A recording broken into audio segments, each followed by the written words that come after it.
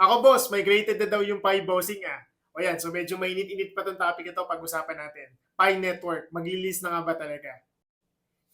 So guys, ilang araw na nagsisirculate sa social media ngayon to. Ang sabi nila dito, ang dami nang naglalabas ng mga updates na mag-release na daw po si Pi. Ito, article to based on OKX, pero as of the moment, nag-try ako mag-check sa announcement nila and dun sa mismong Twitter account, wala ako nakita. So i-confirm sa akin guys kung tama to ha. Ito guys, ako mismo nag-check nito sa OKX. Hindi ko lang sigurado guys kung ito ba talaga si Pi kasi nga, same ng logo pero when it comes to CA, hindi kasi natin siya ma-confirm.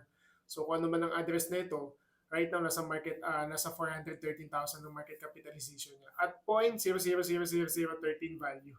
And so medyo maingi siya ngayon. So let's see, tingnan natin baka talagang ibigay na sa atin yan. So yung mga talagang nagtiyaga, I hope kahit pa paano malis siya para maging pera mapambili din ng bigas, di ba? Mapangkapi din kahit pa paano. Then habang nagsa-search tayo, nakita natin tong post ni Pi for Everyday People. Sabi niya, the OKX link that is circulating, which is also I shared about Pi Deposit, saying that Pi will be listed by mid-February is not genuine. It's not from OKX. So, siya na mismo sumagot. I have deleted the post and I apologize for missing out the pointers that it was probably a community article in sharing it.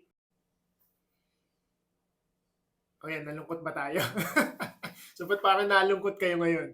So, ako guys, hindi ako nag-wish na malis man siya o hindi. Ang sa akin lang, syempre may mga kaibigan tayo, mga kababayan tayo na nag-farm dyan up to now, years na, sinaga talaga na yan.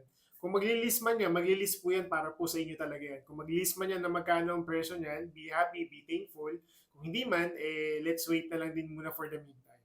So, hindi ako nagbibigay ng false promise. Ang gusto ko lang makita nyo, based na po to sa mga nakita natin and observations natin, tinignan natin yung magandang side na may nag-post, tinignan din natin yung side na meron din na nag-post na inamin naman yan na article ng pala yun. So hindi talaga officially announced by OKX. So for the meantime guys, tuloy ang buhay, dire-diretso lang tayo at maghanap pa tayo ng mga pwedeng pagkakitaan natin sa social media.